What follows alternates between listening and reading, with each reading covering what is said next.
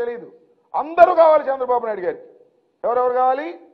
పవన్ కళ్యాణ్ కావాలి, బీజేపీ కావాలి, కాంగ్రెస్ కూడా కావాలంట. కాంగ్రెస్తో కూడా కుమ్మక్కవుతాడంట. మరి మీ దుంపలు లేక కాంగ్రెస్ అధ్యక్షుల్ని కాంగ్రెస్ పార్టీ నియమించట్లా, చంద్రబాబు నియమిస్తున్నాడు. అక్కడ ఇక్కడ కూడా చూశారుగా మీరు. అక్కడ ఎవరు నియమించారు, ఇక్కడ ఎవరు నియమించారు అంటే కాంగ్రెస్ పార్టీ చంద్రబాబు నాయుడు గారిని ఏ విధంగా బతికించాలనే ఆలోచన చేసేటటువంటి నిర్ణయాలు తీసుకుంటుంది. ఇవాళ కాంగ్రెస్ కావాలి, బీజేపీ కావాలి, పవన్ కళ్యాణ్ గారు అందరినీ సంకల్లో పెట్టుకోవాలి, మన మీదకి ఫైట్కి రావాలి అనేటువంటి ఆలోచన చేస్తున్నటువంటి ఒక దుర్మార్గమైన రాజకీయవేత్త is a white collar criminal. ఇతనొక్కడే కాదు white collar criminal. Nara Chandrababu Naidu white collar criminal, Lokesh white collar criminal, Ramoji Rao white collar criminal. వీళ్ళందరూ క్రిమినల్స్. ఈ క్రిమినల్స్ రాష్ట్రాన్ని దోచుకొని పంచుకునే కార్యక్రమం చేస్తున్నారు. దాన్ని రాష్ట్ర ముఖ్యమంత్రి జగన్మోహన్ రెడ్డి గారు 5 సంవత్సరాల నుంచి అడ్డుపడుతున్నాడు. అడ్డుపడి సాక్ష్యాధారాలు సేకరించి కోర్టులలో కేసులు పెట్టి వ్యాజ్యాలు అదేవిధంగా విచారణలు జరుపుతూ ఉంటే వాటి నుంచి తప్పించుకుపోవాలని చాలా ధనమదంతో వీళ్ళందరూ ప్రయత్నం చేస్తున్నారు. వీరందరికీ శిక్ష తప్పదని ఈ సందర్భంగా నేను మనవి చేస్తున్నాను. దుర్మార్గమైన రాజకీయాలు చేసేవాళ్ళని, డబ్బులతోనే రాజకీయాలు చేసేవాళ్ళని ఎట్టి పరిస్థితుల్లోనూ రాష్ట్ర ప్రజలు సహించరని ఈ సందర్భంగా నేను మనవి చేస్తున్నాను. నేను మీకు అందరికీ గుర్తుండే ఉంటుంది, ఆయన కేసు క్వాష్ చేయమంటున్నాడు. ఆయన మీద పెట్టినటువంటి కేసుని క్వాష్ చేసేయండి, దీనిలో ఏమీ లేదు, నన్ను నిర్దోషిగా వదిలేసేయండి అనే మాట మాట్లాడుతున్నాడు. 2019లో రాష్ట్రపతి ఏం చేశారు చూశారుగా. చంద్రబాబు ప్రభుత్వాన్ని క్రాష్ చేశారు. 2024లో ఏం చేయబోతున్నారో తెలుసు కదా. చంద్రబాబు పార్టీని, చంద్రబాబు ఎలియన్స్ పార్టీల్ని క్రాష్ చేయబోతున్నారు ప్రజా న్యాయస్థానంలో అనే విషయాన్ని దయచేసి గుర్తుపెట్టుకోమని మనవి చేస్తున్నా. మీకు ఇక రాజకీయంగా నూకలు చెల్లాయి, మీ వేషాలు ప్రజలకు అర్థమయ్యాయి, మీ అవినీతి భోగవతాలు ప్రజలకు అర్థమయ్యాయి అని ఒకసారి గుర్తుపెట్టుకోండి. మరి నాకు తెలియక అడుగుతాను, ఈ పవన్ కళ్యాణ్ గారు చాలా నీతిమంతుడని చెబుతాడు కదా, ఏం బాబు మరి కోర్టు ఏమీ చెప్పలేదే, కేసు ఏమి ఎత్తేయమనలేదే, క్వాష్ చేయలేదే, దాని గురించి నువ్వేం మాట్లాడవే, నీ ప్యాకేజ్ నువ్వు తీసుకుంటే చాలు కదా.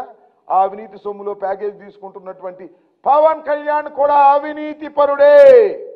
ఏ అవినీతి సొమ్ముతో పవన్ కళ్యాణ్కి డబ్బులు ఇచ్చి రాజకీయాలు చేస్తున్నాడో చంద్రబాబు నాయుడు గారు, ఆ విధంగానే పవన్ కళ్యాణ్ కూడా అవినీతి పరుడి అయిపోయాడు ఈ దెబ్బతో అనే విషయాన్ని దయచేసి గుర్తుంచుకోవాల్సిందిగా మీ అందరికీ కూడా నేను మనవి చేస్తున్నాను. ఏది జరిగినా చట్టం ముందు, చట్టం ఈజ్ ఎ మోర్ పవర్ఫుల్.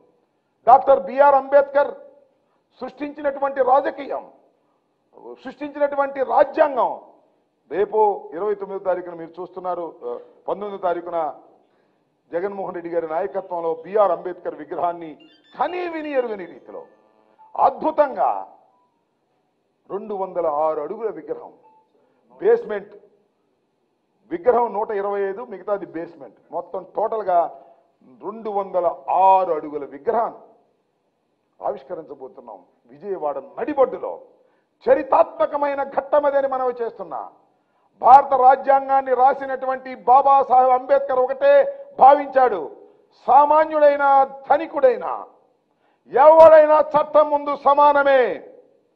సామాన్యుడైనటువంటి వ్యక్తి అయినా, సాంబశివరావు అయినా, చంద్రబాబు అయినా చట్టానికి ఒక్కటే అనేటువంటి మాట రాజ్యాంగంలో పొందుపరిచినటువంటి మహానుభావుడు డాక్టర్ బిఆర్ అంబేద్కర్ అని మనం చేస్తున్నాం. ముఖ్యమంత్రులైతేను, బాగా ధనం ఉంటేను వాళ్ళేమి చట్టానికి అతీతులు కారనే విషయాన్ని దయచేసి గుర్తుపెట్టుకోండి. ఈ దేశంలో అనేక మంది అనేక సందర్భాల్లో అరెస్ట్ అయిన సందర్భాలు ఉన్నాయి. మీకు నేను గుర్తు చేస్తున్న జయలలిత ఈ రాష్ట్ర ముఖ్యమంత్రిగా, తమిళనాడు ముఖ్యమంత్రిగా ఉంది Jayalalitha. She is also powerful lady, ప్రజలు ఎన్నుకున్నటువంటి లేడీ, మాస్ లేడీ. చంద్రబాబు లాగా మ్యానిపులేషన్తో వచ్చినటువంటి నాయకురాలు కాదు స్వర్గీయ జయలలిత. ఆమెను ముఖ్యమంత్రిగా ఉన్నప్పుడే ఈ చట్టం సంఖ్యలు వేసి తీసుకువెళ్ళిందని మనం చేస్తున్నాం. సుబ్బు సోరెన్ ముఖ్యమంత్రి, ఆయన కూడా అరెస్ట్ చేశారు.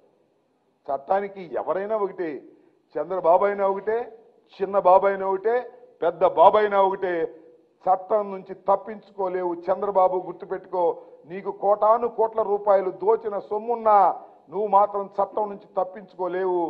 శిక్ష పడటం తప్పదు నీకనే విషయాన్ని గుర్తుపెట్టుకోమని మనవి చేస్తున్నా. నిన్ను క్యాష్ నేను ఇంకోటి కూడా చెప్తున్నా, కుప్పంలోనే రేపు క్యాష్ అయినా కుప్పంలోనే గెలిచే పరిస్థితి లేదు చంద్రబాబు నాయుడు గారు అని మనవి చేస్తున్నా.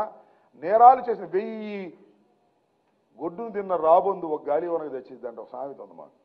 1000 గొడ్డును తిన్న రాబొందు ఒక్క గాలివానకు తెస్తుందంట. రేపు కొట్టే గాలివానకి ఈ 1000 గొడ్డును తిన్న రాబొందు చావటం ఖాయం, క్రాష్ కావటం ఖాయమని ఈ సందర్భంగా వైఎస్ఆర్ కాంగ్రెస్ పార్టీ తరపున మీ ద్వారా రాష్ట్ర ప్రజానీకానికి మనవి చేస్తున్నానని తెలియపరుస్తూ ఉన్నాను. ఇంకా ఓకే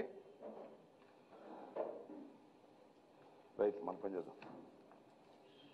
రమ్మ రోబడమ్మా.